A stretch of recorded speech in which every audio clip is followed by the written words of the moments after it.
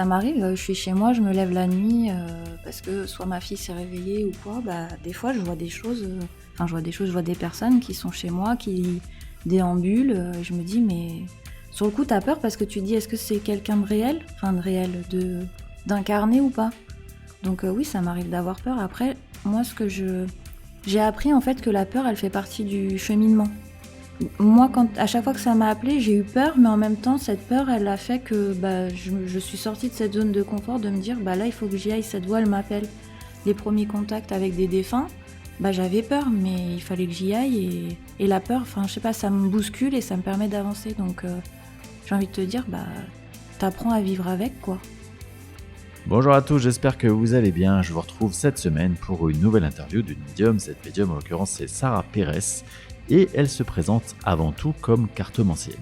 Alors dans cet entretien, Sarah nous ouvre avec beaucoup de transparence les portes de son monde, de sa médiumnité. Et je remercie très sincèrement Sarah pour ce témoignage tout en douceur et en authenticité. Merci à tous pour votre fidélité et je vous souhaite une très très belle écoute.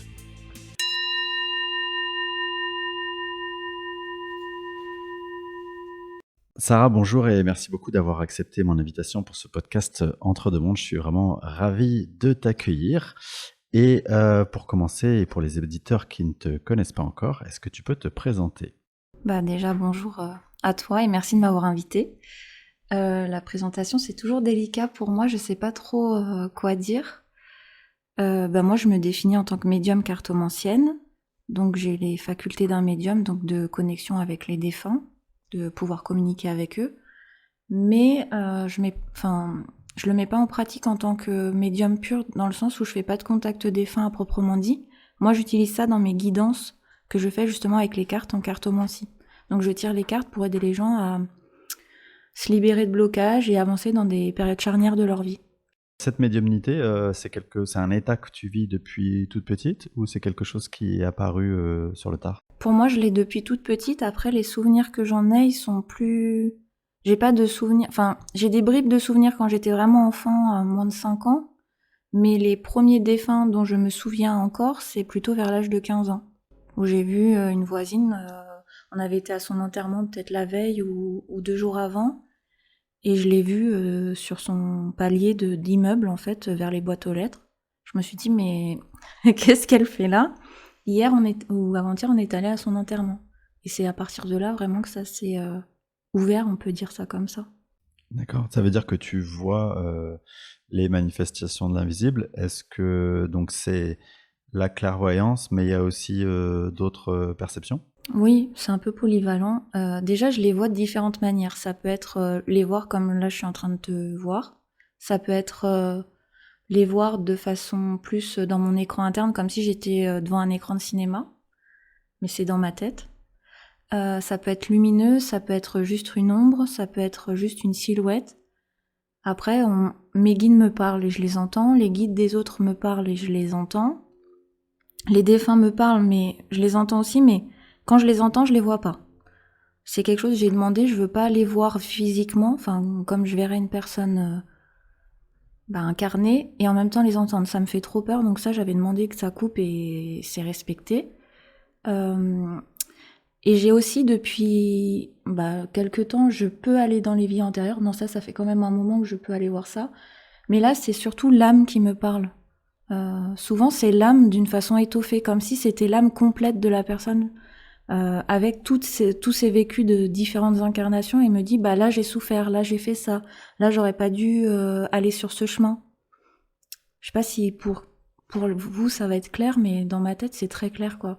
J'ai accès à une partie des vies antérieures et en même temps, j'ai accès à l'âme dans sa globalité. Ouais, si, c'est très clair. Oui, ce qu'on appelle, nous, dans notre jargon professionnel, la conscience supérieure, quoi. C'est-à-dire la partie de nous qui est toujours connectée au plan céleste et qui a la compréhension, la connaissance de toute l'intelligence de tout ce qui se passe. Ouais, c'est exactement ça. Voilà. Après, j'ai les odeurs aussi. J'ai les odeurs. Souvent, c'est des odeurs de fleurs ou de cigarettes ou d'encens. Ça m'arrive aussi des plats. C'est rare, mais des odeurs de plats, je me dis, ah tiens, ça sent ça. Et quand je demandais à mon conjoint, il me dit non, ça sent rien du tout. Tu vois, donc je sais que c'est eux qui m'envoient. D'accord. Quand on parle de clairvoyance avec les personnes qui sont mes consultants dans les séances, il y a ceux qui n'ont pas cette clairvoyance. Il y a souvent derrière la peur de justement de voir des défunts. Comment on va les voir. Tu vois, il y a un rapport qui est pas évident avec le fait de percevoir, de voir des défunts. Comment est-ce qu'on arrive à ne pas avoir peur des différentes formes que peuvent prendre les défunts? Bah, j'ai envie de te dire, je sais pas. Parce que moi-même, des fois, j'ai peur, hein. Enfin, ça m'arrive, je suis chez moi, je me lève la nuit, parce que soit ma fille s'est réveillée ou quoi, bah, des fois, je vois des choses, enfin, je vois des personnes qui sont chez moi, qui déambulent, et je me dis: «Mais» sur le coup, tu peur parce que tu te dis: «Est-ce que c'est quelqu'un de réel?» Enfin, de réel, d'incarné ou pas? Donc oui, ça m'arrive d'avoir peur. Après, moi, j'ai appris, en fait, que la peur, elle fait partie du cheminement. Tu vois?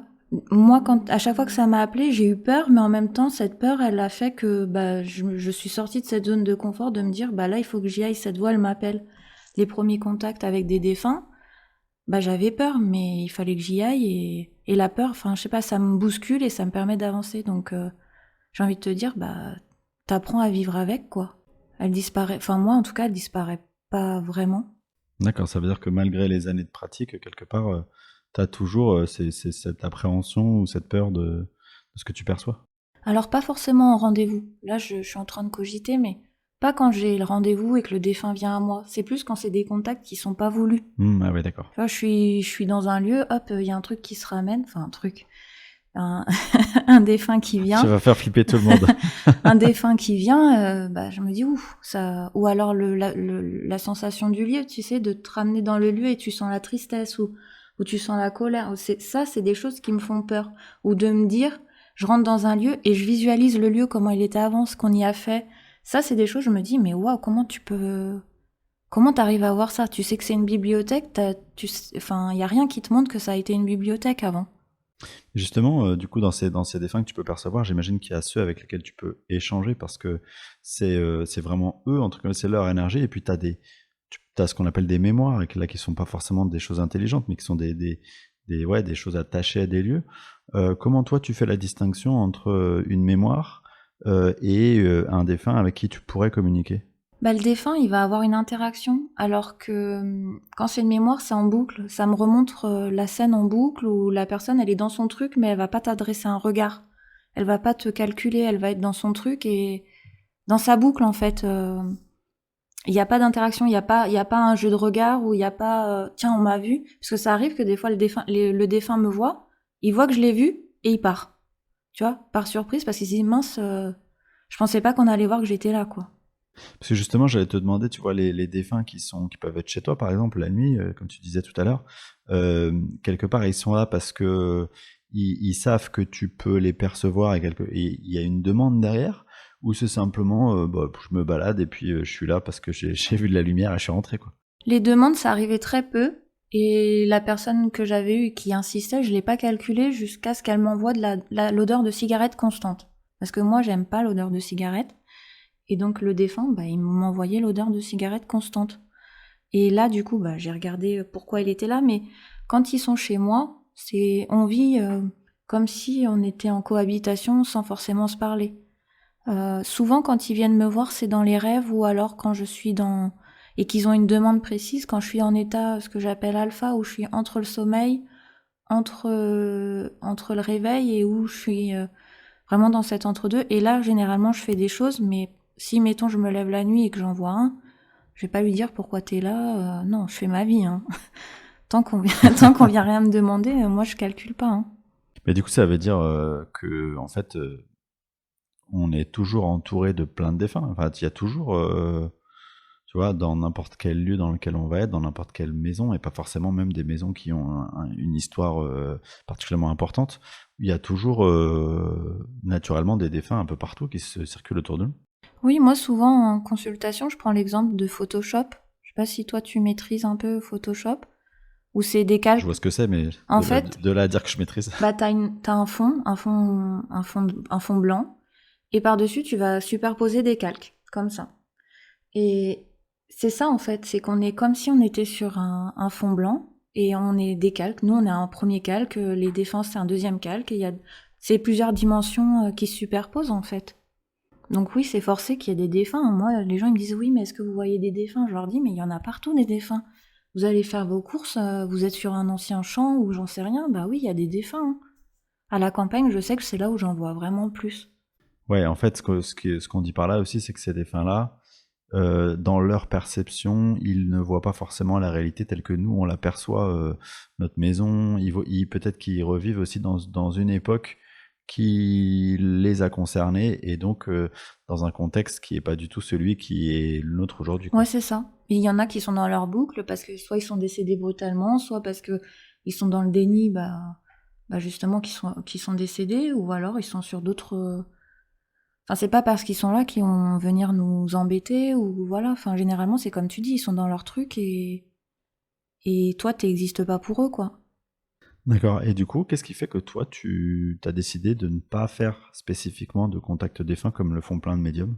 Bah, je pense qu'il y a la peur de pas être à la hauteur parce que le peu de personnes que j'ai en consultation et qui m'ont demandé des contacts ou bien qui l'ont formulé en tout cas dans leur guidance, j'avais peur de pas être à la hauteur au niveau de la canalisation, de pas percevoir le défunt ou de pas avoir des choses intéressantes à leur dire.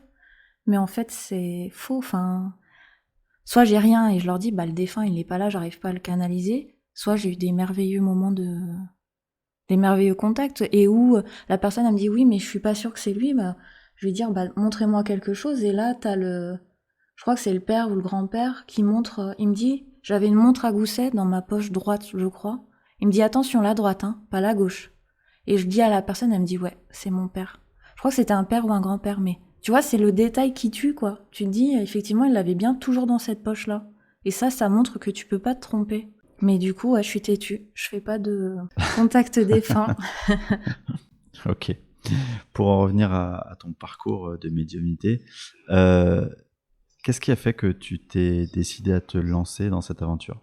Ça s'est fait un peu malgré moi, dans le sens où j'ai recommencé à tirer les cartes quand j'ai déménagé, un peu avant de déménager dans le sud. Alors ça devait être en 2018, où j'ai changé totalement de vie. Et où j'ai commencé à assumer, enfin, entre guillemets, le fait que je tirais les cartes, donc pour moi ou pour les proches.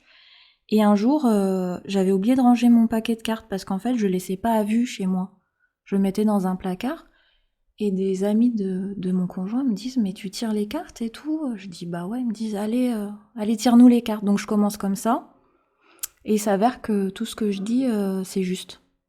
Et donc au fur et à mesure, j'avais des demandes, tu peux nous tirer les cartes, tu peux nous tirer les cartes. Donc j'ai commencé à faire pour les proches de proches, et après pour des inconnus. Et quand j'ai vu que ça fonctionnait bien, je me suis dit, mais vas-y. Enfin, de base, c'était pas ma volonté. On m'a dit, mais pourquoi t'en fais pas ton métier? Et je me suis dit, bah ouais, pourquoi pas. Aider les autres, ça me plaît, et c'est comme ça que c'est venu. D'accord, c'est pas, du coup, c'est pas tes guides qui t'ont dit, allez, maintenant il faut se bouger et tu vas, Bah, ils tu me vas. l'ont sûrement dit, hein. Ils me l'ont sûrement dit parce que professionnellement, ça a toujours été dans mon travail, ce que je faisais, les gens étaient contents, mais j'étais jamais prolongée. Genre, je remplaçais quelqu'un, donc c'était 3 mois, ou le poste dans lequel j'étais, le service a fermé. Tu vois, c'était que des trucs comme ça, et je pouvais pas être reprolongée parce que finalement, je m'adaptais un peu à tous les postes que j'ai pu avoir, et si l'univers avait pas fait que ça s'arrêtait, j'aurais pu me complaire là-dedans, tu vois. Donc oui, je pense que c'est eux qui ils m'ont donné un sacré coup de pied au derrière en mode, qu'est-ce que tu fais là? T'es en train de t'égarer, ma grande. C'est quoi ce que tu préfères dans cette médiumnité, justement? Ce que je préfère, c'est qu'elle soit omniprésente. Tu vois, il y en a plein qui me disent, mais comment tu fais pour couper ou nanana. J'ai pas envie de couper. Ça le fait tout seul. Quand j'ai envie d'être tranquille, j'ai pas de sollicitation.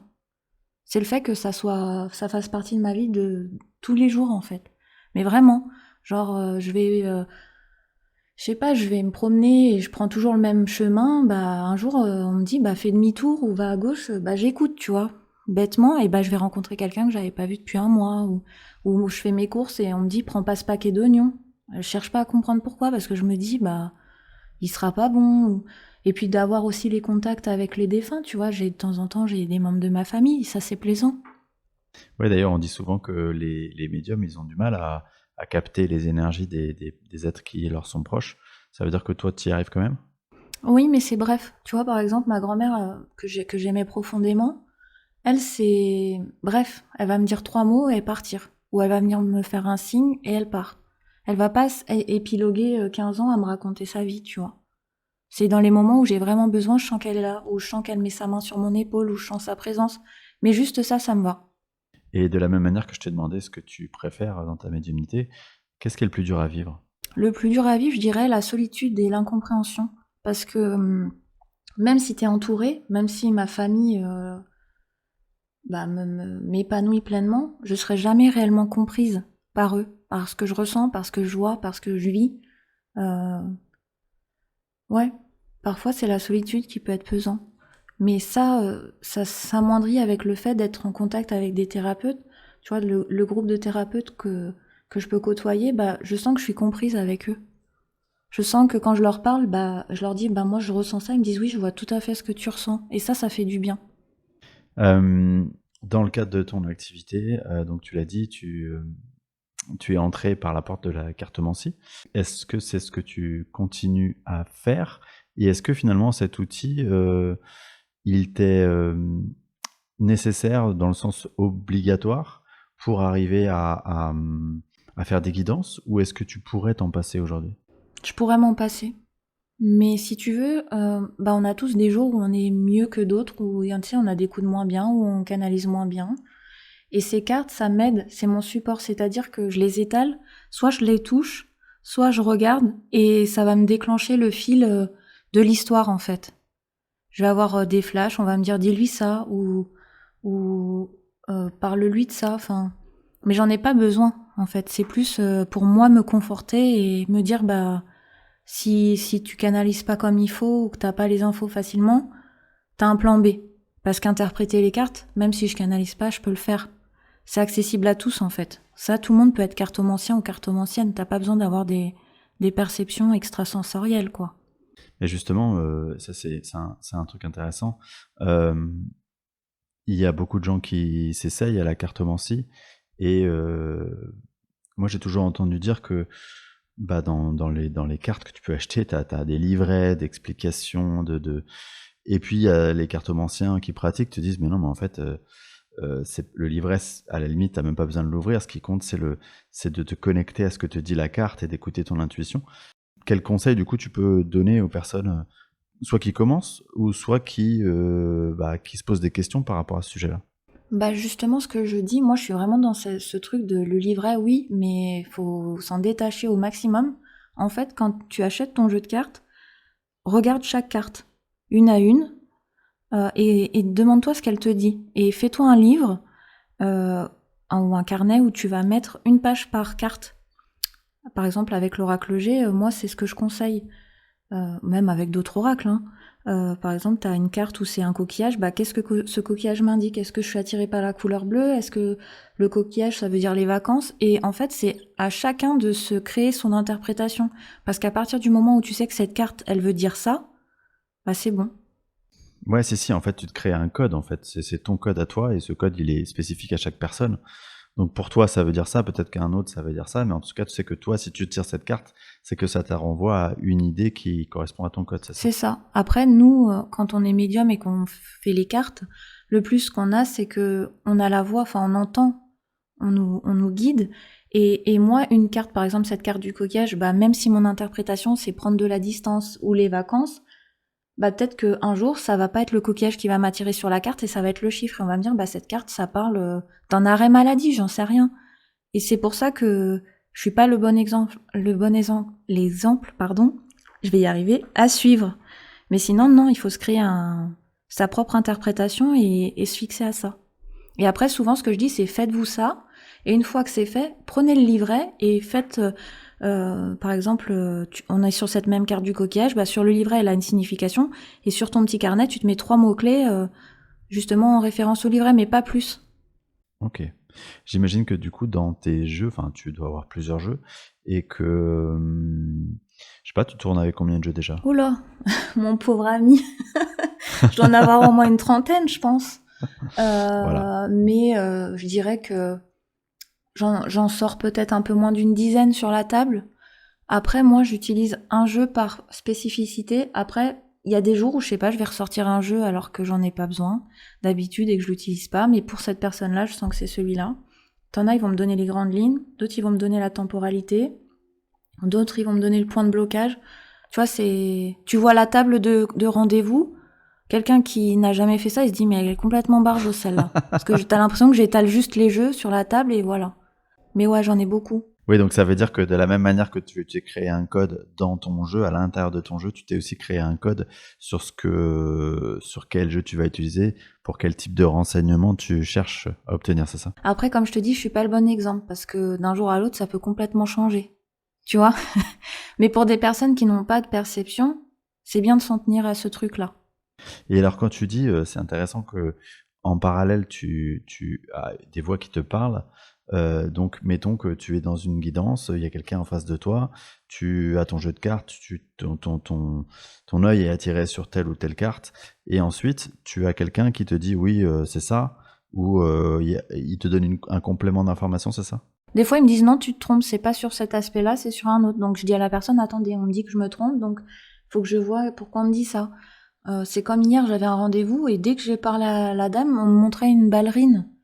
Et je dis, mais pourquoi je vois une ballerine dans ce truc-là? Ça n'a rien à voir. Donc je le garde en mémoire et tout. Et à un moment donné, je lui dis, mais vous aimez la danse? Parce que moi, on me montre une ballerine et la dame, elle adorait la danse. Et c'était quelque chose qu'elle allait intégrer professionnellement, tu vois. Mais soit on peut me donner des infos, me dire mot pour mot, dis-lui ça, ou parle-lui de ça, ou soit on me dit, oui, non, t'as raison, t'as pas raison, tu t'engouffres dans un truc, ne lui parle pas de ça. Et qu'est-ce qui fait que selon toi, parfois c'est justement tu vas avoir, une explication qui va être très détaillée, on va exactement tu auras à limite, juste à répéter ce qu'on va te dire et parfois on te dit juste, oui, non ou on te dit rien du tout? Alors, moi, j'ai remarqué que ça dépendait. Quand j'ai des gens qui ont énormément d'attentes, généralement, c'est là où j'ai le moins d'infos. Souvent, je leur dis, mais n'ayez pas d'attentes parce que quand vous avez des attentes, ça bloque. Et parfois, il y a des personnes où tu vas leur dire précisément, bah, vous allez rencontrer quelqu'un à cette période-là. Du coup, du moment où tu leur dis ça jusqu'à la période, ils vont être dans ce truc, bah, elle m'a dit que j'allais rencontrer quelqu'un à cette période-là. Et ils sont dans ce truc-là de focaliser sur ça. Ils empêchent, en fait, le cheminement de se faire. Donc, c'est pour ça, il y a des personnes où on leur donne pas trop d'infos. Il y a des fois, on me montre plein de trucs. On me dit, mais tu lui dis pas. Dis-lui juste que ça va le faire. Que ça va aller. Qu'il y aura des bouleversements dans sa vie, mais lui dis pas quoi. Ça peut être une rencontre amoureuse, moi je la vois. Et à la personne, je lui dis pas. Sinon, elle va être focalisée sur ce truc-là, alors qu'il faut pas. Et ouais, c'est d'ailleurs toute la difficulté de cet exercice quand on fait du prédictif, parce qu'on sait bien comment ça fonctionne, il y a plein de lignes de temps, et ce que tu vas capter toi, c'est la ligne du temps de l'énergie de la personne le jour où tu fais cette guidance. Mais potentiellement, le lendemain, elle est dans une autre énergie, ça active une autre ligne de temps. Comment enfin, toi, qu'est-ce que tu conseilles aux gens qui font cet exercice d'aller voir quelqu'un qui va faire du prédictif sur la manière de recevoir les informations que tu vas lui donner? Alors moi déjà, je leur conseille d'écrire ou d'enregistrer tout ce que je dis. Et c'est pour ça que quand ils notent, je leur dis surtout, n'hésitez pas à me faire répéter, parce qu'il y a des mots que j'emploie qui sont très importants. Aujourd'hui, ça vous parle pas, mais demain, ça aura une signification très importante. Après, généralement, quand je donne des dates, normalement, on tape dans le 1000, ou alors c'est très proche. Et quand on me dit que c'est modulable parce que en fonction de la personne et de son avancée, on me le dit. Donc je dis à la personne, attention, là je suis en train de vous dire mois de mai, mais si demain vous mettez les pieds sous la table et que vous faites rien, c'est pas le mois de mai, ça sera l'année prochaine. Donc on me le montre, et souvent ce que je dis, c'est que ma vérité, c'est mon ressenti, et que leur ressenti doit toujours prédominer sur le mien. C'est-à-dire que si je leur dis un truc et que ça leur parle pas, bah qu'ils prennent pas. Je vais pas dire, bah voilà, ça sera à telle période et puis c'est tout. Et puis surtout, je leur dis, voilà, la temporalité c'est compliqué. Là, on fait la séance, c'est comme si on prenait la photo d'un animal. Bah tu l'as sur la photo, l'instant d'après, il est parti. Donc demain, elles reviennent. Enfin, demain non, parce que généralement, dans les 3 semaines, un mois, quand je retire les cartes, c'est exactement les mêmes qui tombent. Mais d'un mois à l'autre, ça peut varier, en fonction des choix de la personne, en fonction du contexte, des énergies qui l'entourent. Donc ouais, c'est assez compliqué, mais généralement, au niveau de temporalité, j'aurais tendance à dire que je tape pas trop loin de la bonne date, quoi. Voir le mois. Après, je donne des mois ou alors soit je leur dis c'est tel mois, soit je leur dis c'est une période de temps à temps. Mais généralement, mes guidances, c'est dans les 6 mois, 1 an. C'est rare que j'ai des informations sur les 2-5 ans, ou alors, encore une fois, on me le précise. On me dit là, t'es en train de lui dire ça, bah c'est pour dans 2 ans. Ok, selon toi, du coup, ça me fait me poser la question du libre arbitre. Tu sais, chacun a un peu sa vision de la part de libre arbitre qu'on peut avoir dans une incarnation. Jusqu'à quel point, selon ton expérience, les choses sont déjà organisées d'avance, quoi. Bah c'est marrant que tu me donnes ça parce que depuis quelques mois, maintenant les guides ils me disent bah là, tu vois, pour son libre arbitre professionnel, il a pas de marge de manœuvre. Il aura beau faire ce qu'il veut, c'est écrit comme ça, donc il ira vers ça. Autant au niveau du sentimental, on va me dire bah là c'est 50-50. Soit il prend cette voie-là et il se passe ça, soit il prend cette voie-là et il se passe ça. Mais on me dit la marge en fait. On n'a pas tous le même libre arbitre pour les mêmes domaines. Et là au moment où je te dis ça, j'ai vraiment la chair de poule, donc pour moi ça valide. Tu vois, peut-être ton libre arbitre professionnel, bah t'auras une marge de manœuvre de 100% et moi j'aurai que 20%, tu vois. Ça dépend de chacun. Ouais. Mais du coup, je suis content de t'entendre dire ça parce que ça correspond à ma croyance du moment, en tout cas. Parce que j'ai la sensation qu'en fait, c'est comme si avant de s'incarner, on va se paramétrer une sorte de pourcentage de libre arbitre selon les domaines de notre vie, etc. Et enfin, les différents sujets. Et ça peut varier énormément d'une personne à une autre. En fait, c'est comme si d'un point de vue de l'âme, on se disait bah là, ces expériences-là, de toute façon, je suis venu pour les vivre et il y aura pas moyen que je fasse autrement que de les vivre, donc je pourrais pas y couper. Et il y a d'autres expériences, bah là, finalement, ça sera un petit peu au ressenti, selon comment je réagis à certaines autres expériences, j'irai ou j'irai pas les vivre, quoi. Mais c'est exactement ça, au moment où tu parles, en fait on me montre comme une liste. On me dit on a fait des priorités, donc c'est pour ça que bah, les choses prioritaires, t'auras moins de marge de manœuvre. Mettons, t'es venu vivre le rejet, c'est vraiment pour ça que tu t'incarnes, donc ça, ton libre arbitre sera moins important. Ouais, c'est ce qu'on me montre. Toi, tu as la connaissance pour toi-même comme ça, de ce qui est de l'ordre du libre arbitre et ce qui est de l'ordre justement de toute façon, il faut que j'y aille, j'ai pas le choix. Bah moi j'ai toujours fonctionné au feeling, mais pour être honnête en fait, avant je percevais très très bien pour moi et si tu veux je tirais les cartes parce qu'à une période j'avais vraiment ce désir d'enfant et on me disait arrête de tirer les cartes et j'ai tiré les cartes et en fait ça m'a annoncé que j'allais avoir des jumeaux et que j'allais les perdre, que j'allais faire une fausse couche. Je me suis dit non mais c'est n'importe quoi et on m'a dit bah tu vois là ce que t'as fait, c'est pas bien, on te coupe, en fait. Et donc, ça s'est réellement passé. J'ai vraiment fait cette grossesse gémellaire et je les ai perdues. Et en fait, maintenant, quand je me tire les cartes sur des choses très importantes où j'ai vraiment besoin d'une réponse, c'est comme si je savais lire, que j'essayais de lire un livre, mais que toutes les lettres se mélangent. Donc, c'est-à-dire que ma carte, qui habituellement est super claire pour moi et où j'ai l'info, bah, je suis incapable de la lire. D'accord, comme si on t'avait dit, allez, hop, tout ce qui te concerne et qui est super important pour toi, on va te couper cette capacité à savoir parce que tu es pas en mesure de l'intégrer comme il faut derrière, quoi. Puis surtout, on me dit, en fait, tu penses savoir, mais tu passes à côté de choses. C'est comme si je me mettais des œillères, tu vois. Et on me dit, bah du coup, tu passes à côté de l'information importante. Donc maintenant, quand c'est pour moi, souvent on me donne l'info, ou on me montre, mais il faut pas que je tire les cartes. Si je dois l'avoir, j'aurai l'info.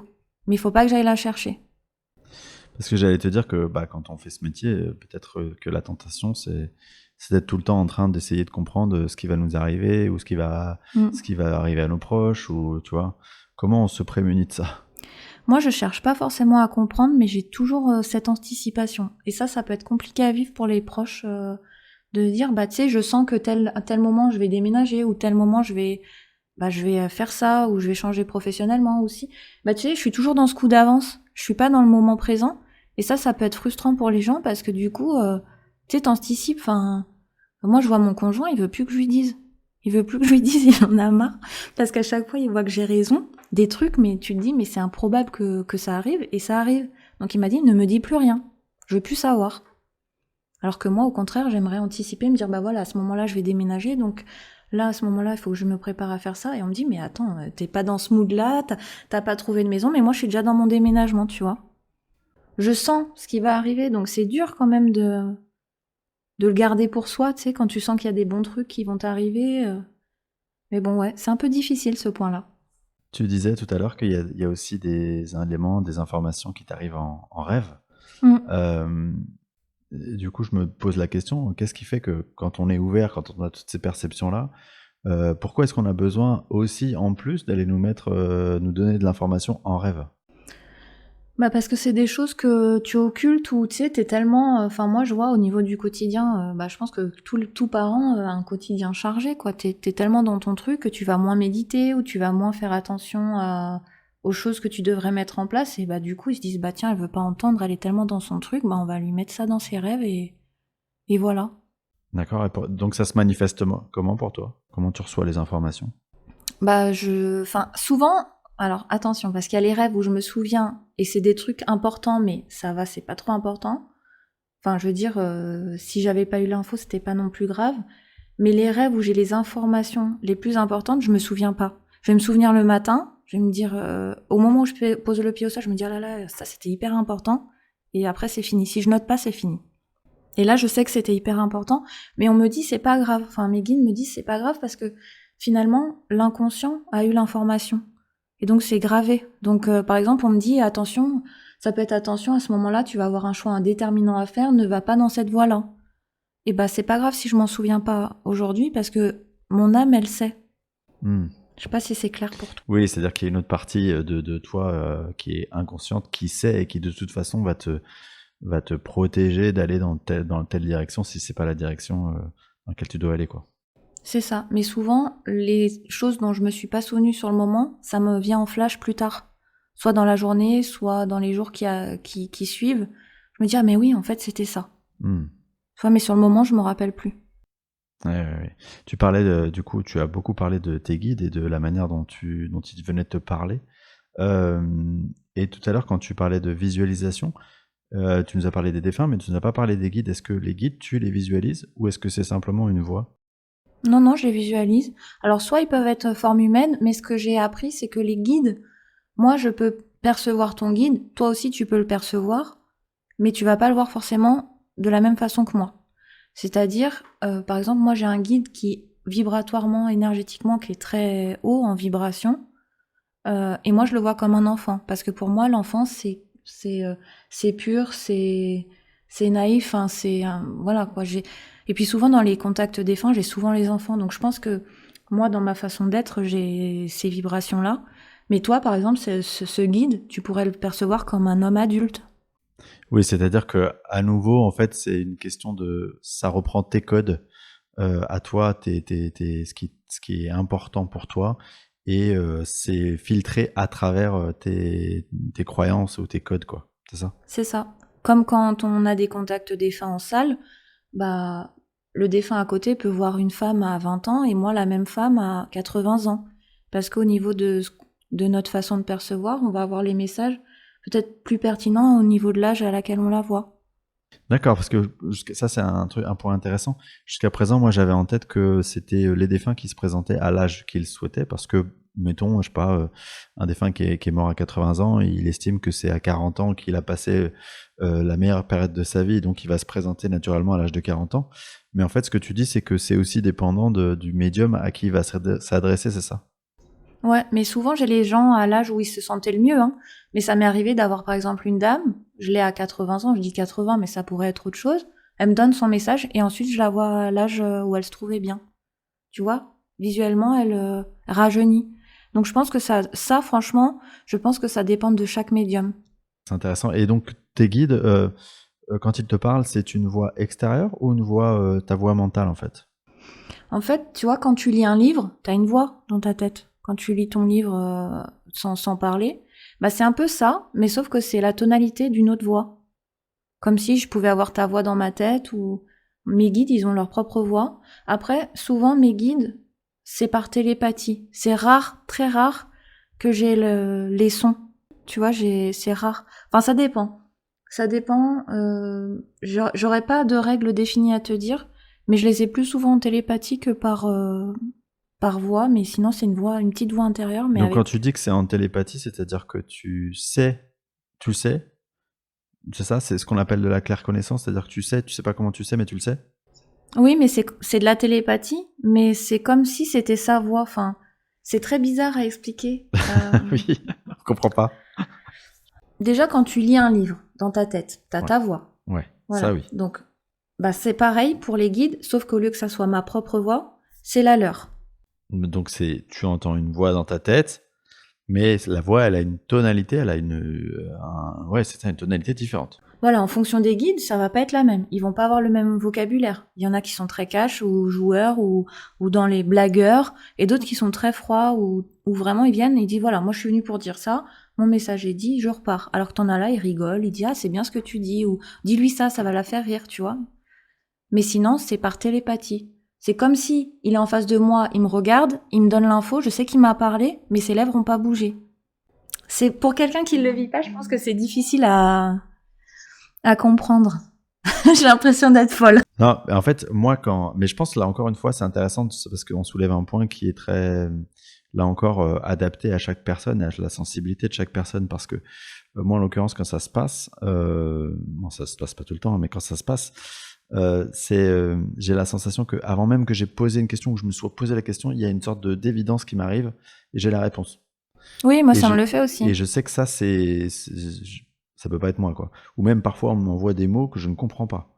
Et ça, pour le coup, bon, par définition, je peux pas l'inventer.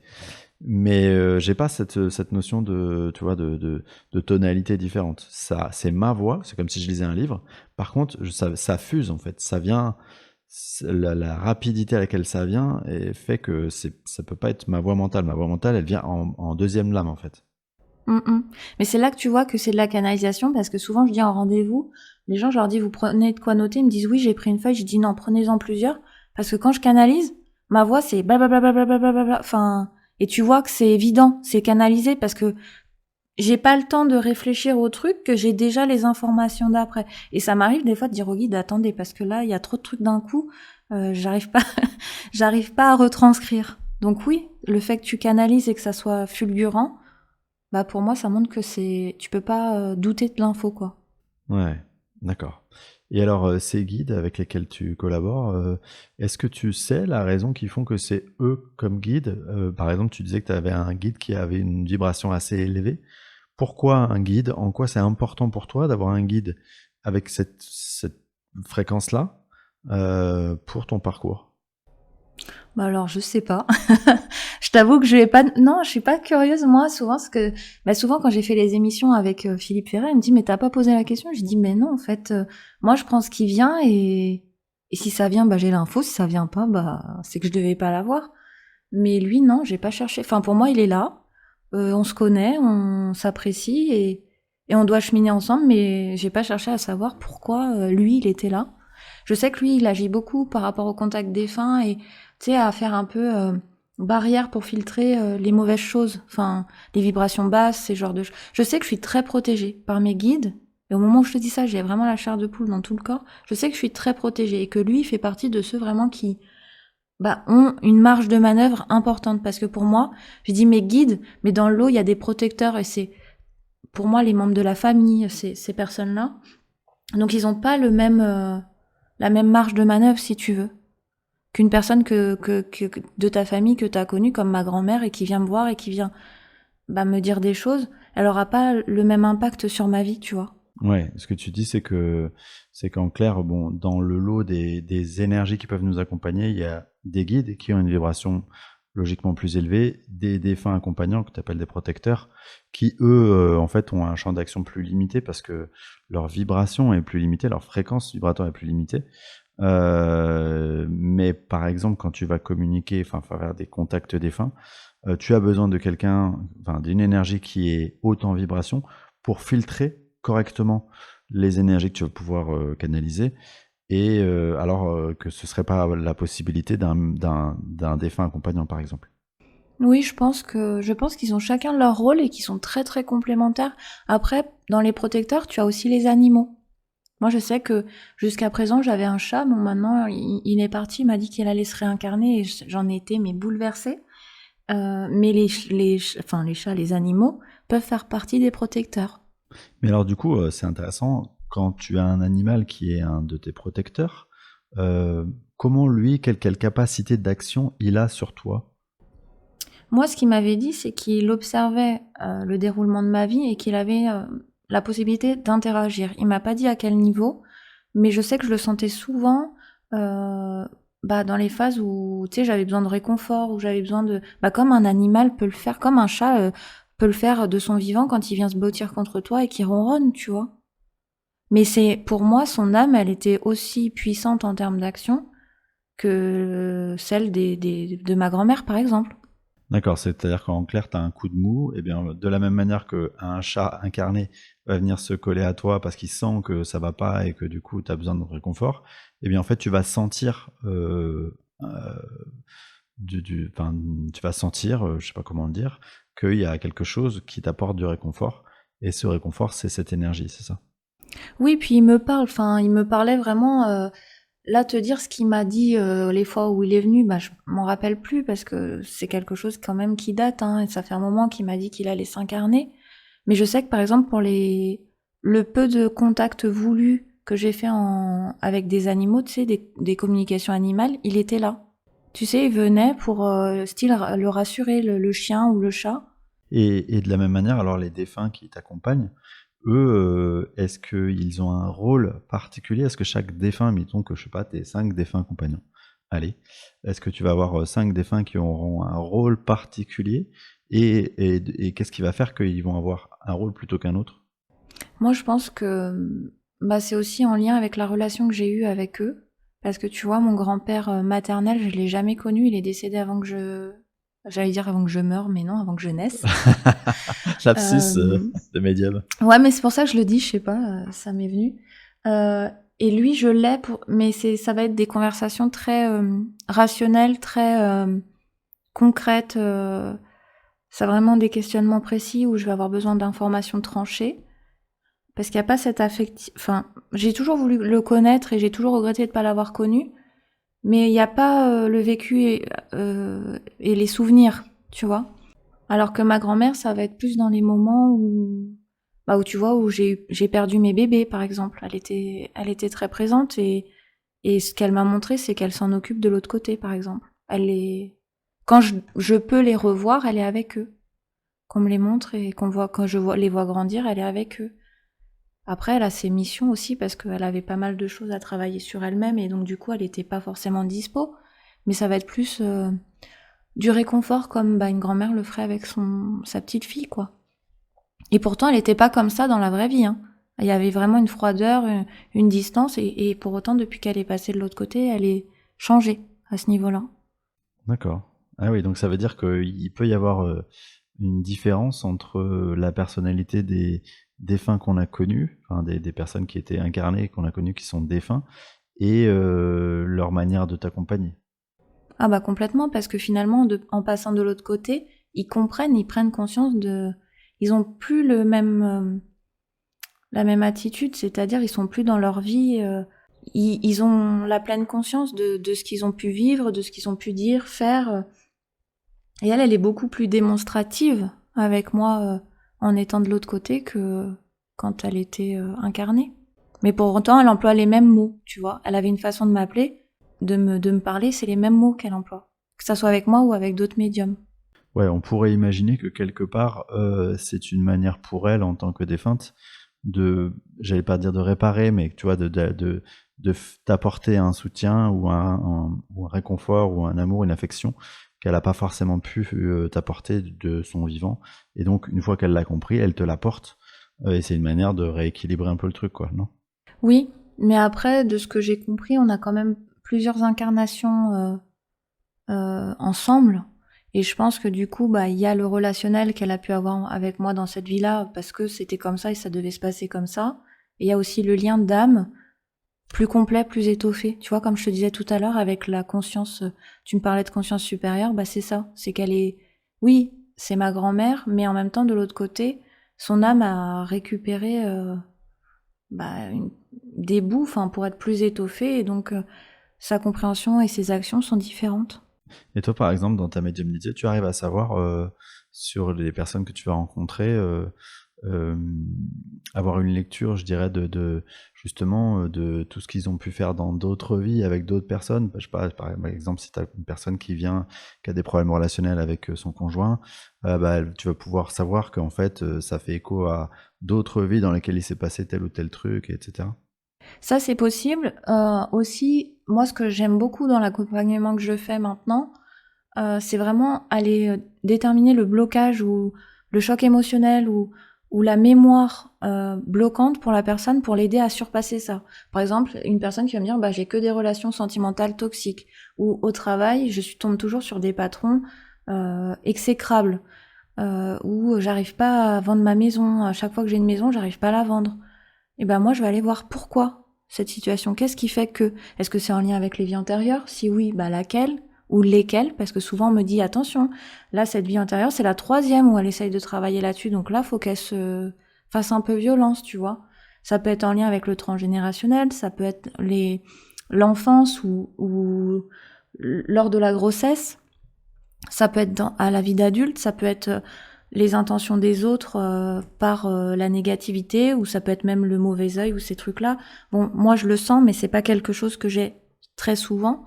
Enfin, il y a plein de causes en fait, et on me dit, ok, c'est cette cause-là, et aujourd'hui dans sa vie, ça se répercute par j'ai peur de m'affirmer, ou je auto-sabote ma relation, ou le pardon envers moi-même, j'arrive pas à me l'accorder. Enfin, ça me donne le pourquoi, les conséquences et comment les travailler. Elle, faut que je l'oriente vers un thérapeute qui est spécialisé dans ça. Elle, ça va être plus quelque chose de personnel. Enfin voilà. Et ça, c'est vraiment ce que j'adore dans mes rendez-vous. Et ouais, c'est passionnant justement. Parlons de ce que tu proposes comme prestation. Est-ce que tu peux nous dire comment ça s'articule un rendez-vous avec toi et du coup, quel type de prestation tu proposes?